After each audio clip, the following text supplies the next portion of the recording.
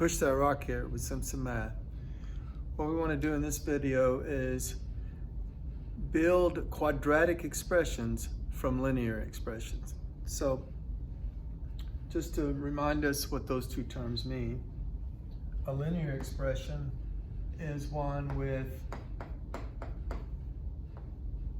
that looks like this. It's got a variable here, and A and B are standing for coefficients, general coefficients. So an example would be something like 2x plus 3. This coefficient, the leading coefficient, is called the slope, and as we'll learn later in the class why. And this one is called the y-intercept. And you may remember from other classes why this is slope and intercept. But right now we're not talking about it as a function. You've probably seen it in the class. This forms a line on a graph. And so this is a linear function. But we're just thinking of it as an expression right now. So it's just a linear expression. So instead of using the mx plus b, I'm just using ax plus b, because we're just thinking of this as a linear expression. And it's probably important to point out that the b could be 0, so it could just be ax. Now if a is 0, then it's just a constant. We're not going to call that a linear expression, we'll just call that a constant. But if b is 0, it's still a linear expression. So it could look like this, or it could look like this, or it could even look like that, pi x. These are all, or pi x plus square root of 2. These are all linear expressions, okay? And then what's a quadratic expression? Gotta make sure this is in the screen. Okay, what's a quadratic expression? Well, it's one where you have ax squared. Again, a can't be 0, because if a is 0, then what I'm writing down is a linear expression. So this is a quadratic expression. So it could be something like 5x squared plus 7x minus 3. It could be something as simple as just 2x squared. It could be something that's 6x squared minus 4. Those are all quadratic expressions. So if it has an x squared term, that makes it a quadratic expression. If it has the highest term with the variable is just x, like this 2x here, that makes it linear. Now, what we want to do is build quadratic expressions from linear expressions. So let me erase all this. And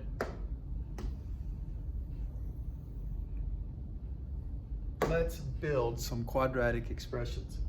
So what we want to do is we want to take something like 6x, that's linear, and multiply it by another linear, like say 2x plus 5. So here you distribute. It's just like in grade school when you learned that, oh, if I have a number out here times a number times a sum, I can distribute. I can go 2 times the 3 and get 6, and 2 times the 3 and get, the 5 and get 10. And so the sum, the total product ends up being 16. So you distributed the 2, and you distributed to the 3, and you distributed the 2 to the 5. We're going to do the exact same thing, okay?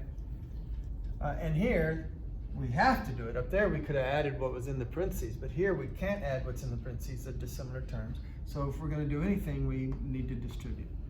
So I could multiply the 6x by the 2x. That gives me 12, because 6 times 2 is 12. And x times x, well, that's an x times an x.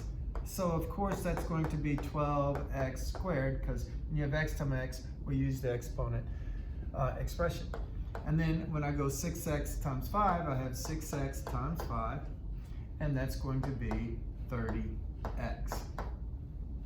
So notice we have a quadratic expression. So quadratic expressions come from the product of two linear expressions. Let's do it again. Let's do 2x plus 3, times 5x minus 1.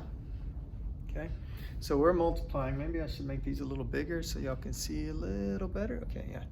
So we're multiplying 2x plus 3 times 5x minus 1. And this is so important that it is taught in a myriad of ways.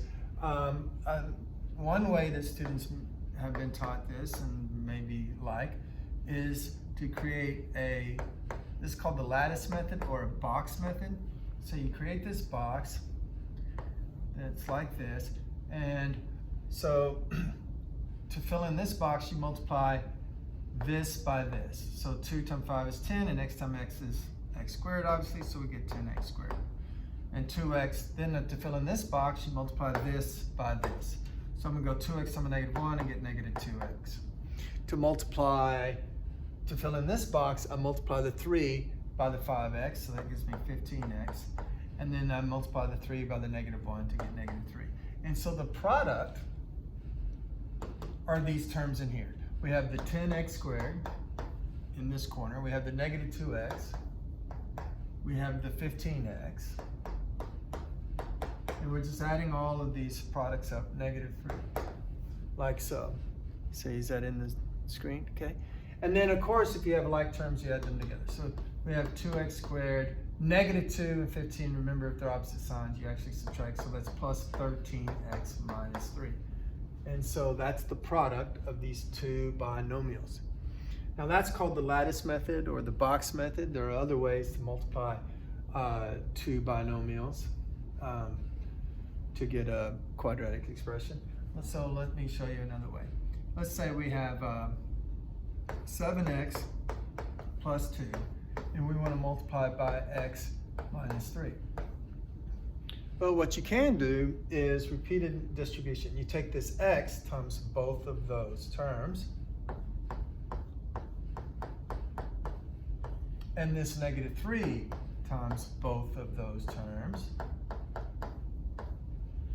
And then you carry out the distribution. So here I'd get 7x squared plus 2x minus 21x minus 6. Combine the like terms, you have 7x squared minus 19x minus 6. So that's repeated distribution. You could just use what you learned in grade school and you multiplied like 2-digit numbers by 2-digit numbers. So if I have 2x plus 7 and I'm multiplying it by an x plus, or maybe let's make it minus 11. We can just stack them and multiply like we did back in grade school. You go this times this, which is a -77, because of -11 times 7 is -77. You take this -11, multiply it by the 2x, you get a -22x. Then you take this x, multiply it by 7, that's 7x, line it up with the x. So you remember in grade school there's like this place value 0, so there's like an understood place value 0 here. But you line up the x's with the x's. And then, so we did this times this and this, we did the x times the 7, so we got one more to do, we have to do the x times the 2x. Well, that would be 2x squared. And now you just add down all the like places, which are like terms in this case. So it would be 2x squared, 7 take away from 22 is going to be 15. They're opposite signs, that's why we're subtracting, because they're opposite signs. And then minus 77. So this quadratic is the product of those two linears. And then of course there's the famous FOIL that a lot of teachers use. If you have 3x plus 5 and you're going to multiply it by 5x minus 3, some teachers teach FOIL.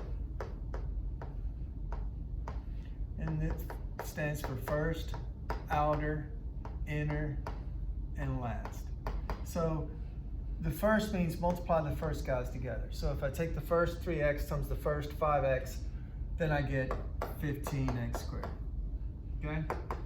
And then the outer means this is on the outside because it's more that way, and this 3 is considered on the outside, so it's on these would be the inner ones. So these are the outer ones. So 3 times a -3 is a -9x. And then the inner ones are these in the inner side, inside here. So that means 25x. And finally, to go, whoops, I don't know what that is. To go last time last, I get -15. And so the final answer when I add like terms is these are opposite signs, so subtract. So this is 16